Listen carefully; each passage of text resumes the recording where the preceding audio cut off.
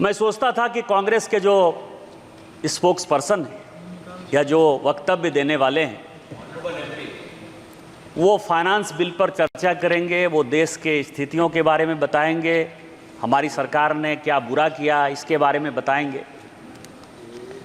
लेकिन कांग्रेस जो एक कंफ्यूज पार्टी है, उस कंफ्यूज पार्टी की तरह ही कंफ्यूज स्पीकर रहे। फाइनली उनका समय जो है कांग्रेस पार्टी को कट करना पड़ा, अब दूसरे स्पीकर बोलने के लिए खड़े हुए। आज स्थितियां क्या मैं देख पा रहा था, मैं सभापति महोदय मैं डिरेल नहीं होना चाहता। आज स्थिति क्या है पूरी दुनिया की, पूरी दुनिया की स्थिति क्या है? पूरी दुनिया की इकोनॉमी यदि वर्ल्ड बैंक की, IMF की, फोर्ब्स की, अमेरिका की, जिनकी नीतियों से कांग्रेस बहुत प्रभावित रही है, यदि उनके रिपोर्ट को देखें तो पूरी दुनिया में 2.5% से लेकर 2.7% ही GDP बढ़ रहा है। पूरी दुनिया करा रही है।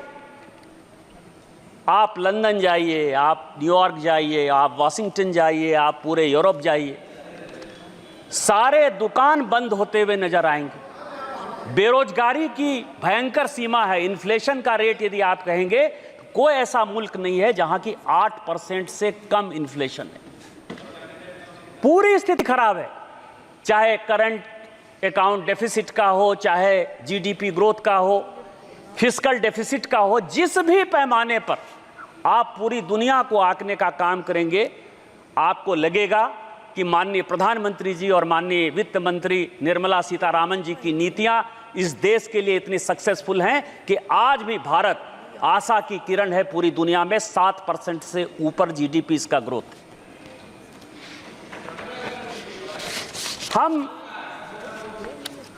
हम धर्म को मानने वाले लोग हैं। सभापति महोदय जावेद साहब बोल रहे हैं, और जो धर्म कहता है उसी के आधार पर हम चलते हैं। हमारे धर्म में एक बड़ी अच्छा जो है श्लोक है कि कलातीत कल्याण कल्पांतकारी सदा सच्चिदानंद राता पुरारी। भगवान जो है वो सभी कालों में, सभी भगवान में, सभी गरीबों में एक ऐसी ऊर्जा का संचरण करते हैं जिसके कारण कि दुनिया में गरीब कैसे खत्म होंगे, भारत में गरीब कैसे खत्म होंगे, उनको अमीर कैसे बनाया जाएगा, इसी पॉलिसी के आधार पर भारत सरकार चलती है। इसी पॉलिसी के आधार पर माननीय मोदी जी के नेतृत्व में हमारी सरकार चल रही है।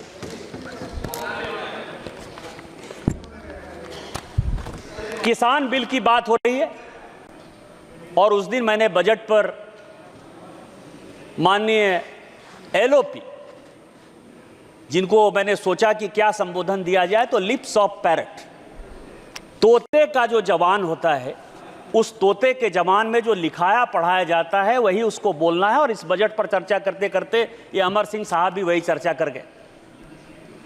शिकारी आएगा, जाल बिछाएगा, आप उसमें पढ़ना नहीं। सर नहीं, अगर कोई माननीय सदस्य से आग्रह कर रही है, कोई अगर ऐसा शब्द आया है तो उसे पटल से हटा दिया जाए। अध्यक्ष महोदय, माननीय सदस्य से हटा दिया। अध्यक्ष महोदय, ये सुग्गे की जवान कैसे है, मैं ये बता रहा हूं। आज जो है, प्लीज बैठिए प्लीज। हम क्या कर रहे हैं? हम भारत के लोगों को आत्मनिर्भर बनाने के लिए, विकसित भारत बनाने के लिए और आप भी सुनिए, कोई भी सदस्य जब बोल रहा हो तो प्लीज बैठे बैठे कमेंट्स भी मत करिए, प्लीज बोलिए। वो जो भी शब्द आया है पटल में नहीं आएगा। विकसित भारत बनाने के लिए हम काम कर रहे हैं, और उसके लिए इस बजट में जो सबसे बड़ा प्रपोजल है कि जो फॉरेन फाइनेंशियल इंस्टीट्यूट है, FDI में जो कॉरपोरेट आते हैं, क्योंकि हम इकोनॉमी में जा रहे हैं, R&D में जा रहे हैं, नए नए इंडस्ट्री में जा रहे हैं, तो वो यदि कंपनियां हमारे यदि इन्वेस्ट करना चाहेंगी तो उनके टैक्स को हमने जो है कम किया। और कम क्यों किया? क्योंकि हमारा मुकाबला सिंगापुर से है, हमारा मुकाबला अबू धाबी, UAE इनसे है, जहां की टैक्स की जो स्थिति है, कॉर्पोरेट टैक्स की स्थिति ऐसी है कि वो 20-22% से ज्यादा नहीं, कहीं एक जगह तो टैक्स ही नहीं है। और उस इंडस्ट्री को जब बैठना है, जब बैठकर आएंगे, इंडस्ट्री आएगी, तो यहाँ के बच्चों को रोजगार मिलेगा, डेवलपमेंट होगा, मेक इन इंडिया में जाएगा। और जो 2047 का एक संकल्प है कि हमको एक विकसित भारत बनाना है, जो 2027 का एक संकल्प है, जो रिपोर्ट कहती है, फोर्ब्स की रिपोर्ट करती है कि 2027 तक ऐसा संभव है जो भारत जिस इकोनॉमी के साथ बढ़ रहा है, हम तीसरी वर्ल्ड की सबसे बड़ी इकोनॉमी हो जाएंगे। उसमें जो ये राइडर है, जिस पद पर सभापति महोदया उन्होंने बोलते हुए किस तरह से अराजकता फैलाने का काम किया, ये मैं आपको बताऊंगा। वो कहते हैं, वो क्या कहते हैं, वो महाभारत को गलत कोट करते हैं, वो रामायण को गलत कोट करते हैं, वो शिव को गलत कोट करते हैं, और उसके बाद वो कहते हैं, ये मैं बोल रहा हूं, मतलब आप ये समझिए, और वो ये कहते हैं कि हम जो है अराजकता फैलाएंगे, तुमको जो करना है करो। मैं अनुराग सिंह ठाकुर साहब ने जो उस दिन बात कही, मैं उससे कंप्लीट सहमत नहीं हूं। मैं अनुराग सिंह ठाकुर जी की तरफ से माफी मांगना चाहता हूं इस सदन में। लेकिन क्यों? इसीलिए कि अनुराग सिंह ठाकुर जी ने जो उनके ऊपर आरोप लगाया जाति का, तो जाति है ही नहीं ना। आप ये समझें कि वो कहते हैं कि जो मैं हूं वो दिखता नहीं, मैं जो दिखता हूं वो मैं नहीं, तो वो साधु हैं। और इस देश में कहा गया है कि जात ना पूछो साधु की, साधु का जाति नहीं पूछना है। और जब साधु का जात नहीं पूछना है तो अनुराग सिंह ठाकुर जी ने गलती कर दी कि उनसे जात पूछ लिया। लेकिन मैं आपके माध्यम से कांग्रेस पार्टी और सारे अपोजिशन से जवाब पूछना चाहता हूं कि आप ये बताइए कि इस देश में कई एक ऐसे लोग हैं जिनको की धर्म में आस्था नहीं, कई एक ऐसे लोग हैं जिनको जाति में आस्था नहीं है। वो अपना किस तरह से जातिगत जनगणना करेंगे? जिस पद पर राम सुभग सिंह, चरण सिंह, जगजीवन राम, अटल बिहारी वाजपेयी, इस तरह के बड़े बड़े लोग रहे, जिस जगह पर शरद पवार जैसे लोग रहे, वाईबी चौहान जैसे लोग रहे, उस जगह की गरिमा का क्या हरासमेंट कर रहे हैं इस बजट में अराजकता फैला के, इस बजट का नकारात्मक पहलू दिखा करके। आप जातिगत जनगणना की बात करते हैं, इसी बजट में जाता है, यही टैक्स है, इसी टैक्स के आधार पर जाता है। और मैं स्पीकर महोदया, अध्यक्ष महोदया, आज मैं बहुत कुछ चीज लेकर आया हूं। मैं 1952 से लेकर 1990 तक का कांग्रेस का मैनिफेस्टो लेकर आया हूं। आप यदि कहेंगे तो मैं लेकर दूंगा 1952, क्योंकि उस दिन जो वित्त मंत्री जी ने कहा कि नेहरू ने यह कह दिया, राजीव गांधी ने आलोक मेहता को यह इंटरव्यू दे दिया, तो ये तो इंडिविजुअल कह सकते हैं कि राजीव गांधी का वो अलग से विषय था, राजीव गांधी का पार्टी से कोई लेना देना नहीं था, या नेहरू जी का पार्टी से लेना देना नहीं था। लेकिन जो कांग्रेस मैनिफेस्टो, क्योंकि बार बार ये कह रहे हैं कि कई एक चीजें हमने कांग्रेस के न्याय पत्र से लिया, तो कांग्रेस के न्याय पत्र से लिया, तो ये पूरा का पूरा जो मैनिफेस्टो है 1952 से लेके 1990 तक पूरा असेसमेंट किया। इसमें आपको आश्चर्य होगा सभापति महोदया कि पूरे के पूरे मैनिफेस्टो में 52 में, 57 में, 62 में, 69 में, 71 में, 77 में, 80 में, 84 में, 89 में और 91 में, ये सभी मैनिफेस्टो में इन्होंने कहा कि हम ओबीसी रिजर्वेशन के खिलाफ। आप ओबीसी की बात करते हो, मध्य प्रदेश में आज तक कांग्रेस ने एक ओबीसी को चीफ मिनिस्टर नहीं बनाया। उत्तर प्रदेश में कांग्रेस ने आज तक ओबीसी को चीफ मिनिस्टर नहीं बनाया। बिहार में दरोगा राय जी को छोड़कर किसी एक को ओबीसी चीफ मिनिस्टर नहीं बनाया। और जब जब ओबीसी की बात आई, यदि दरोगा राय ने रिजर्वेशन दिया तो उसको आपने अलग किया। 77 में जब चरण सिंह रिजर्वेशन देना चाहते थे, आपने उसकी सरकार गिरा दी। आपने 89 में बीपी सिंह की सरकार गिरा के चंद्रशेखर का आपने सरकार बना दिया। और जब गुजराल साहब ओबीसी जनगणना कराना चाहते थे तो आपने 97 में उसकी सरकार करा दी। आप प्रधानमंत्री के दिए हुए पर खेल रहे हो। आज इस देश का प्रधानमंत्री पिछड़ा है, चाय वाला है, बैकवर्ड है। और यदि वो ओबीसी सुरक्षा की बात करता है और जिस दिन वो एक बार ओबीसी सरकार की बात करता है तो आप ओबीसी करते हो। इसीलिए कांग्रेस का कोई मुंह नहीं है ओबीसी के बारे में। और प्रधानमंत्री जी ने जो एजेंडा सेट किया, प्रधानमंत्री जी ने जो एजेंडा सेट किया, कृष्ण की तरह चारों तरफ आप बिलबिला रहे हो और सारी ऑपोजिशन की पॉलिटिकल पार्टी कौरव की तरह प्रधानमंत्री के एजेंडे पर ओबीसी ओबीसी चिल्ला रही है। और ओबीसी का कोई कल्याण यदि होगा, यदि आप में ताकत है, यदि आप में ताकत है तो 2011 में ओबीसी रिजर्वेशन जो कराया वो क्यों नहीं इंप्लीमेंट हो पाया? यदि आप में ताकत है तो कर्नाटक में आपकी सरकार है, पिछले 2 साल से सरकार है, वहां सोशियो इकोनॉमिक रिजर्वेशन हो गया है, उसको क्यों इंप्लीमेंट करवाया? इसलिए नहीं करवाया कि इस्लाम और क्रिश्चियनिटी 2 ऐसे धर्म हैं जो जाति की बात नहीं करते हैं, और उसमें 86 जाति क्रिश्चियन की और 56 जाति मुसलमान की, उसको ओबीसी बैक दरवाजे से, पीछे के दरवाजे से आप मुसलमान और क्रिश्चियन को रिजर्वेशन देना चाहते हो ओबीसी में, इसीलिए आपकी हैसियत नहीं है और इसीलिए आप जातिगत जनगणना की बात करते हो। यदि हिम्मत है कांग्रेस को, राहुल गांधी को, तो कर्नाटक में वो ओबीसी रिजर्वेशन करके दिखाए तो मैं मानूं कि इस हाउस में जो आप बात करते हो उस हाउस की बात करते हो।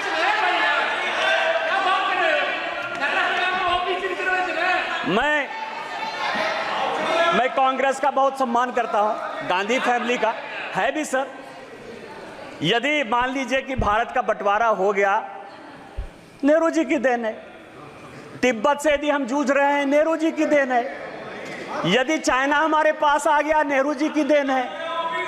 आप ये समझिए एस्मा यदि आ गया 68 में, यदि ओबीसी रिजर्वेशन के लिए सरकारी अधिकारी आंदोलन करना चाहते थे तो इसेंशियल सर्विस मेंटेनेंस एक्ट जो है आपने ले आया, इमरजेंसी आप लेके आए, ऑपरेशन ब्लू स्टार आप लेके चले आए, श्रीलंका में पीस कीपिंग फोर्स आपने भेज दिया, 2G 4G 3G सब आपने कर दिया। इसीलिए मैं आपके गांधी फैमिली का बड़ा सम्मान करता हूं। इसीलिए बजट में आपने जो बोला वो मेरे लिए बड़ा अच्छा है। दूसरा सवाल ये है सर, इस बजट में सभापति महोदया, इस बजट में एक एंजल टैक्स जो है, हमने एंजल टैक्स खत्म किया 56(2). सभापति महोदया, ये सभापति महोदया 2012 में प्रणब मुखर्जी साहब ने एंजल टैक्स लगाया 56(2) 2012 में, और उसका कारण था, होता क्या था कि प्रणब बाबू और चिदम्बरम के बीच में इतनी लड़ाई थी कि आप समझें कि वित्त मंत्री के ऑफिस और घर में बगिंग हो रहा था, बगिंग हो रहा था। वित्त मंत्री के ऑफिस में माने नहीं सकते, बजट पर चर्चा करिए। और इस चक्कर में ज्यादा बढ़िया बनने के चक्कर में, जितना बढ़िया बनने के चक्कर में उन्होंने एंजल टैक्स लगा दिया।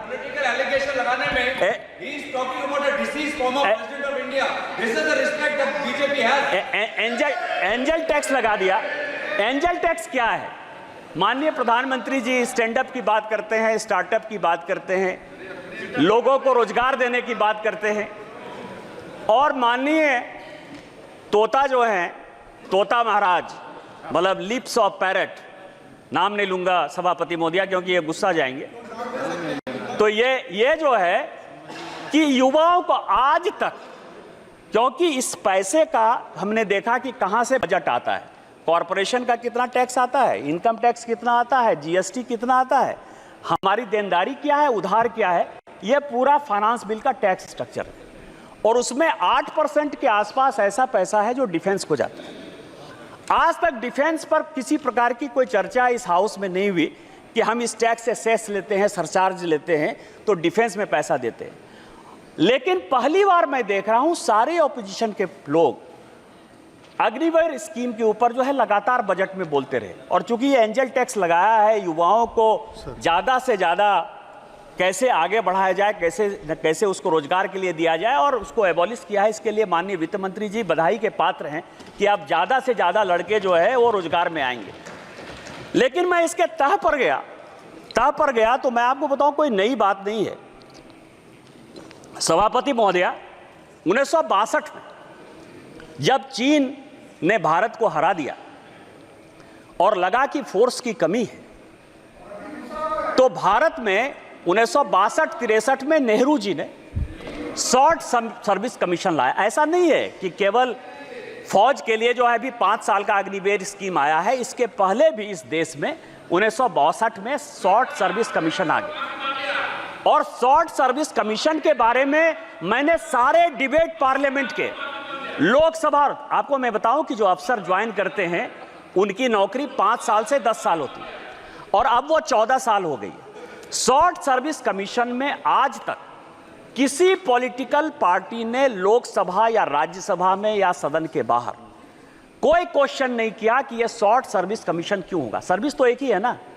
आर्मी में भी जो अफसर के ग्रेड के लोग हैं, एक ग्रेड ऐसा है जो परमानेंट चलता है, दूसरा ग्रेड ऐसा है जो शॉर्ट सर्विस कमीशन में 10 साल के लिए चलता है। किसी पॉलिटिकल पार्टी ने आज तक कोई क्वेश्चन नहीं किया। क्वेश्चन आज हो रहा है, और आज हो रहा है क्यों? करे कोई भरे कोई। मैं आपको बताऊं कि मैं ये 1992-93 का 92-93 का कमिटी ऑफ एस्टीमेट का रिपोर्ट लेकर आया हूं। यहां रिपोर्टें आती हैं, बनती हैं, चली जाती हैं। आपको आश्चर्य होगा सभापति महोदय कि 1966 में, ये पूरे सदन और पूरे देश को जानने वाली बात है, रिपोर्ट से लेकर आया हूं मैं, कोई भारत सरकार का कोई कागज लेकर नहीं आया। 1966 में इंदिरा जी आर्मी के रिक्रूटमेंट पर सीलिंग लगा दी। ये सबके समय, और ये डिपोजिशन में सेक्रेटरी डिफेंस ने कमिटी ऑफ एस्टीमेट को हेड कांग्रेस पार्टी के मनोरंजन भक्त कर रहे थे, मैं नहीं कर रहा था। 66 में सीलिंग लग गई। सीलिंग लगने के बाद आप पूरे दुनिया को बताते हो कि हमारे यहां इतनी ही आर्मी रहेगी, इतनी ही नेवी रहेगी, इतनी ही एयरफोर्स रहेगी। आप सीलिंग लगा दो और आप हमको कहो कि अब इसका रिक्रूटमेंट कैसे होगा, आप यदि फोर्स को बढ़ाना चाहोगे। दूसरा, इस सीलिंग के बाद उसी कमेटी की रिपोर्ट है 1975 में और 1989 में, 2 रिपोर्ट, 2 कमेटी इन्होंने और बनाई कि आर्मी को यंग कैसे रखा जाए। और मैं आपको बताऊं, छोटा सा उदाहरण यह है कि शॉर्ट सर्विस कमीशन भी जब बनाया गया था, उस शॉर्ट सर्विस कमीशन में भी पूरे यूपीएससी में, राज्य में, सभी जगह रिजर्वेशन दिया गया था। और उसका प्रभाव यह था, सभापति महोदया, मैं आपके माध्यम से गौरव गोगोई को बताना चाहता हूं कि इस देश के जो होम सेक्रेटरी हुए वीके दुग्गल, वो भी एसएसबी के ही रिक्रूटमेंट थे, शॉर्ट सर्विस कमीशन से आए और उसके बाद वो आईएएस बने। आज अग्निवीर पर 75 में कमेटी बनी, 89 में कमेटी बनी, और इन्होंने मैन पावर के लिए एक्सपर्ट कमेटी बनाने के बाद यह कहा कि आपको 5 साल और 7 साल के लिए, 1975 की बात है, ध्यान रखिएगा सभापति महोदया, 1975 से लेके आज तक 2019-20 तक लगभग 40 साल 45 साल तक जो रिपोर्ट है वो गड्ढे में रही, खाते में रही, मैन पावर की कमी रही, ना आर्मी में आदमी रहा, ना नेवी में आदमी रहा, ना रिक्रूटमेंट सबको अच्छा हुआ। आज यदि वो रिपोर्ट आर्मी के कहने पर इंप्लीमेंट हो रही है, तो आप युवाओं को देश के साथ जोड़ने के लिए काम कर रहे हो कि आप हमारे यहां अफगानिस्तान, बांग्लादेश, पाकिस्तान की जो स्थितियां हैं, जिस तरह से अराजकता हो रही है, जिस तरह से रिजर्वेशन के खिलाफ सारे लड़के रोड पर आ रहे हैं, उस तरह का रोड ला रहे हो। आप जनता को क्यों गुमराह कर रहे हो? यह दूसरा सवाल है जिसमें कि हम बच्चों को एंगल टैक्स लगा के, एंगल टैक्स खत्म करके, जिसमें बच्चों का कॉर्पोरेट टैक्स 18% करके बच्चों को हम रोजगार देना चाहते हैं, और आप उसमें अराजकता पैदा करना चाहते हो। तीसरा जो इंपॉर्टेंट पॉइंट है कि मैंने बहुत सुना A1, A2, मैं भी नाम नहीं लेना चाहता स्पीकर महोदया, हमारे ऊपर आरोप है कि हम 2 कॉर्पोरेट को मदद करते हैं। आपको बताऊं कि माननीय प्रधानमंत्री जी और वित्त मंत्री जी के डीबीटी स्कीम के पहले भारत में 1952 से भी एक डीबीटी स्कीम था, लाइसेंस परमिट कोटा राज का डीबीटी स्कीम था। डी से डालमिया, बी से बिरला, टी से टाटा। यही 3 ऐसे लोग थे, उसमें बजाज को भी जोड़ लीजिए, चौथा डीबीबीटी यदि करना हो तो। जूता सिलाए से चंडी पाठ तक इन्हीं लोगों को करना था। कार वो बनाएंगे, अखबार वो चलाएंगे, सीमेंट वो चलाएंगे, स्टील वो चलाएंगे। हमारी जब सरकार आई वो तो ट्रांसपेरेंसी से काम कर रही है। और ये जो कॉरपोरेट है, मैं आपको ये बताऊं कि इस टैक्स का, ये जो 32 लाख 33 लाख करोड़ टैक्स आता है, इस टैक्स में ये जो 500 कंपनी जिसको ये गाली देने की बात करते हैं, क्योंकि भारत में सबका साथ, सबका विश्वास, सबका प्रयास, इसके आधार पर जब ये सरकार चलती है, तो आपके लिए बिजनेसमैन, आप रोटी खाने जाओ बहुत बढ़िया है, शादी में जाओ बहुत बढ़िया है, उनसे गिफ्ट लो बहुत बढ़िया है, उनके चुनाव में, आपको चुनाव में पैसा दे बहुत बढ़िया है। लेकिन जब गाली देने की बात, ऐसा मैंने तो निकृष्ट विपक्ष ही नहीं देखा कभी सभापति महोदय, कि जो लेते भी हैं, खाते भी हैं और गाली भी देते हैं। हमारे लिए तो जैसे आम गरीब इंपॉर्टेंट है, वैसा ही दूसरा अमीर भी इंपॉर्टेंट है। और इसमें यदि आप देखें तो ये जो 2 कंपनियां हैं, ये 2 कंपनियां हैं, ये 2 कंपनियां लगभग 3 लाख करोड़ जो है। रूल्स किस रूल्स के तहत? Rule number mike Ma'am, rule number 356. Now read the rule. Madam Speaker, you once reminded the member about speaking about the finance bill. 356 says that the Speaker, after having called the attention of the House to conduct of a member who persists in irrelevance or interious repetition, either in one's own arguments or of the arguments used by other members in debate, may direct that the member to discontinue the speech. Honorable Chair once reminded the respected member about this. Sir, kindly in vote.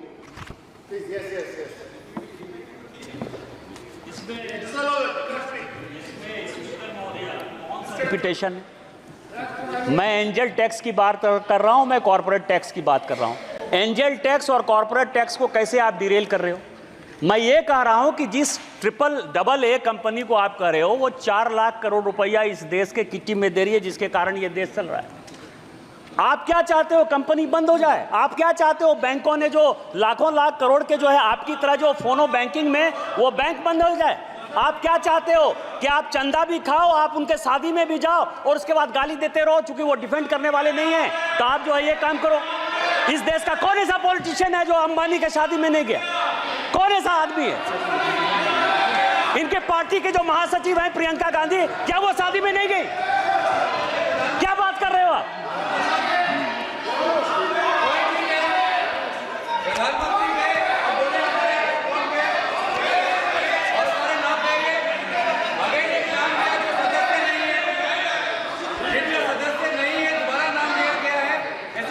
आप महासचिव कहिए sir, आप कहिए कि तोते की बहन जो है शादी में गई, इतना मान लीजिए सर।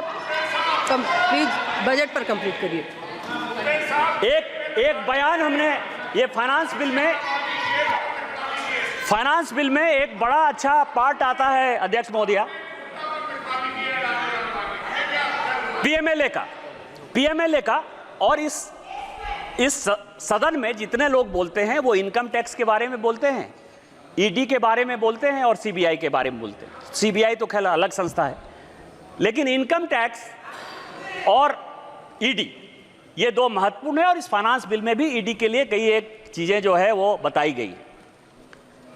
अब आप ये बताइए सर महोदया कि 1988 में मैं जब तोते की लिप सर्विस की बात करता हूं तो बड़ा गुस्सा आता है, तोता तोता कहते हैं। 1988 में ये सदन के जानने लायक चीजें हैं कि राजीव गांधी साहब ने बेनामी ट्रांजैक्शन एक्ट कानून यहां लाया 1988 में, और 88 से वो 2017 पहुंच गया। 30 साल में उसके रूल्स नहीं बन पाए।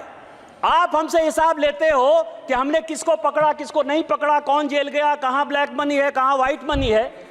कभी अपने गिरेबान में झांका कि 88 में बेनामी ट्रांजैक्शन एक्ट, और उसके बाद आपकी सरकार रही 91 से 96 तक, 2004 से लेकर 2014 तक। ऐसा भी नहीं कर सकते हो कि हम सरकार में नहीं रहे। आप लागू नहीं कर पाए। आप किसको साथ दे रहे थे? किसको साथ दे रहे थे?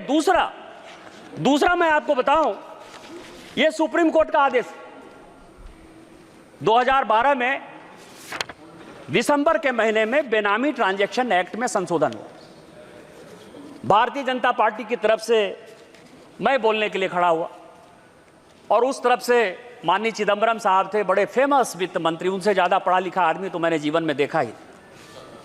मैंने बोलते हुए कहा कि आप जो एक्ट लेके आ रहे हो, एक दिन यदि वाइफ हस्बैंड में भी लड़ाई होगी तो उसमें पीएमएलए लग जाएगा और ये जितना स्ट्रिंजेंट है, जिस भी आधार पर लगा रहे हो, भगवान न करे कि एक दिन आप ही जेल चले जाओ। जब मैं मेरा सीट नंबर 545 था उस जमाने में, अध्यक्ष सभापति महोदया, जब मैं बात का अंतिम था, मैं अंतिम सदन का सदस्य 545 नंबर पर था। जब मैं बोलकर खड़ा बंद हुआ तो चिदंबरम साहब खड़े हुए और चिदंबरम साहब का बड़ा फेमस भाषण है कि भारतीय जनता पार्टी बहुत पढ़ी लिखी पार्टी है।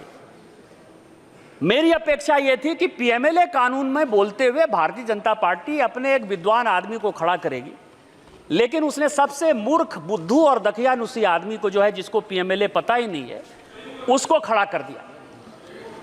यह सुप्रीम कोर्ट का यह आदेश और सुप्रीम कोर्ट के आदेश में एफएटीएफ में जो चिदंबरम साहब का 2012 का दिसंबर का स्टेटमेंट है, उसी को कोट करते हुए यह रिपोर्ट आया है। जब रोपे पेड़ बबूल का तो आम कहां से हो। इनकम टैक्स में डायरेक्ट टैक्स कोड पर हमारी फाइनेंस की कमेटी, यशवंत सिन्हा चेयरमैन थे, मैं उसका मेंबर था, 5 साल तक हम लोग मेहनत करते रहे कि डायरेक्ट टैक्स कोड को हम लोग बदल देंगे। पीएमएलए में आप स्ट्रिंजेंट कानून लेके आ गए, तो जब लेकर आ गए बिना किसी एक पैसा को खर्च करते हुए, यदि कांग्रेस पार्टी ने आपको 90 करोड़ रुपया दे दिया और आपने जो है यंग इंडिया खरीद लिया, नेशनल हेराल्ड खरीद लिया, 750 करोड़ की संपत्ति बिना किसी पैसे के आपको मिल गई, तो क्या राहुल साहब जो चिदंबरम साहब का कानून है उसमें आप जेल नहीं जाओगे? ये जेल नहीं जाओगे? और मैं तो कोट कर रहा हूं सुप्रीम कोर्ट के आदेश के आधार पर। तो इसीलिए आप जो सीबीआई और इनकम टैक्स की बात करते हो, ये आपकी कारस्तानी है। हमारी सरकार माननीय निर्मला सीतारामन जी के ऊपर केवल वो उसको इंप्लीमेंट करती है। हमने अपने एजेंसी को केवल फ्री छूट दे रखा है। जो भी भ्रष्टाचारी है वो जेल जाएगा, वो किसी कीमत पर नहीं छूटे। माननीय सदस्य कंप्लीट करिए प्लीज।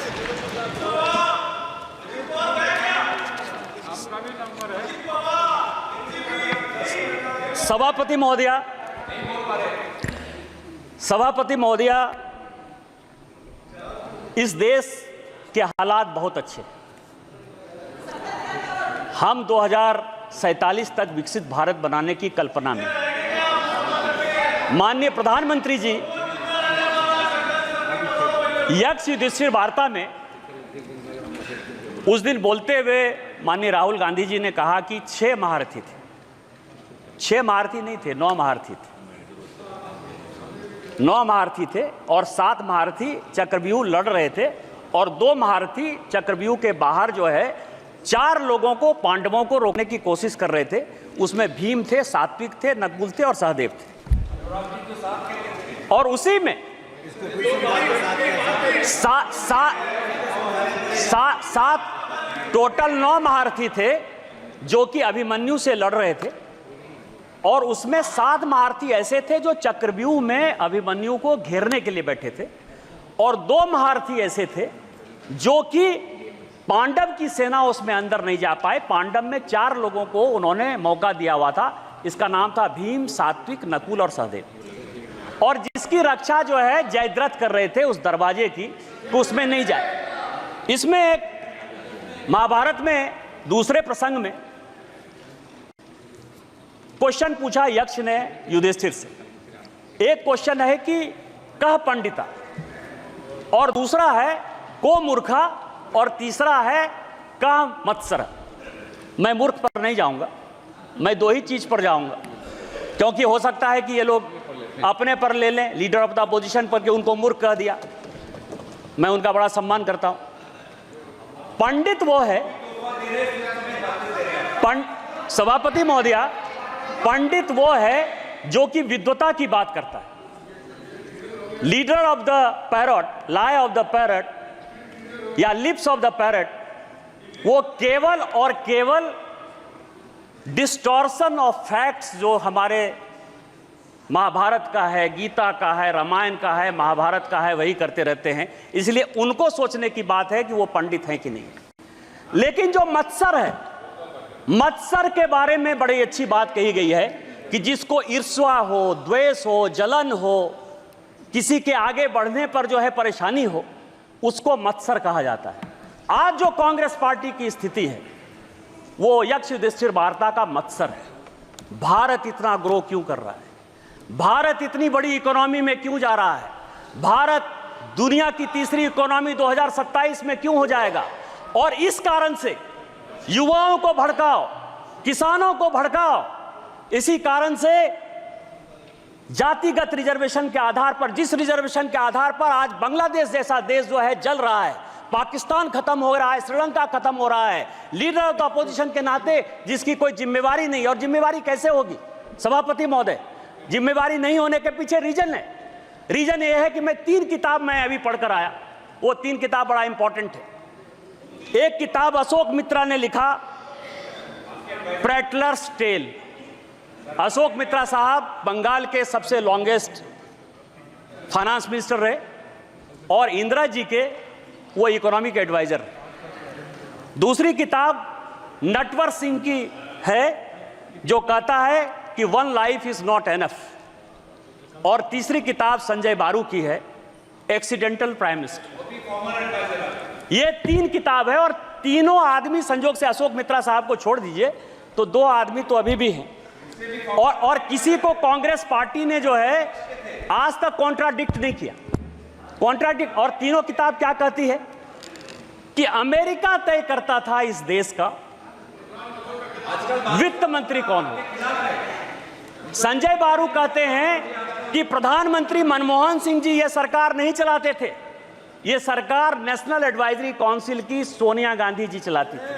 ये मैं नहीं कह रहा, संजय बारू की किताब है, मैं तो केवल किताब को कोट कर रहा हूं। उस तीनों में और मैं कुछ CIA की डी क्लासिफाइड फाइल्स लेकर आया हूं। ये CIA की डी क्लासिफाइड फाइल्स है। ये फाइल ये कहती है कि कांग्रेस पार्टी के सभी लोग सोवियत रूस से बिके हुए थे।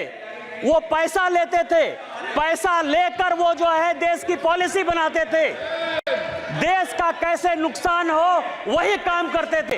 ये डी क्लासिफाइड फाइल कहती है। ये तीनों किताब को यदि आप देखेंगे, चाहे वो अशोक मित्रा की हो, चाहे संजय बारू की हो और नटवर सिंह की हो, ये कांग्रेस पार्टी इस देश को बदनाम करना चाहती है, बर्बाद करना चाहती है, ऐसा सिचुएशन पैदा करना चाहती है कि प्रधानमंत्री मोदी जी के खिलाफ पूरा माहौल बने, इस देश के खिलाफ पूरा माहौल बने। लेकिन वो हम होने नहीं देंगे। ये देश के तीसरे बार प्रधानमंत्री बनने वाले दूसरे लोग हैं। और मैं आपको रामधारी सिंह दिनकर की कविता से खत्म करता हूं कि उन्होंने कहा कि जब नाश मनुष्य पर छाता है, पहले विवेक मर जाता है। अस्तित्व संकल्प दोहराता हूं, याचना नहीं अब रन होगा, जीवन या की मरण होगा। इस देश को बनाने के लिए कोई भी कुर्बानी देनी पड़ेगी, हम कुर्बानी देंगे।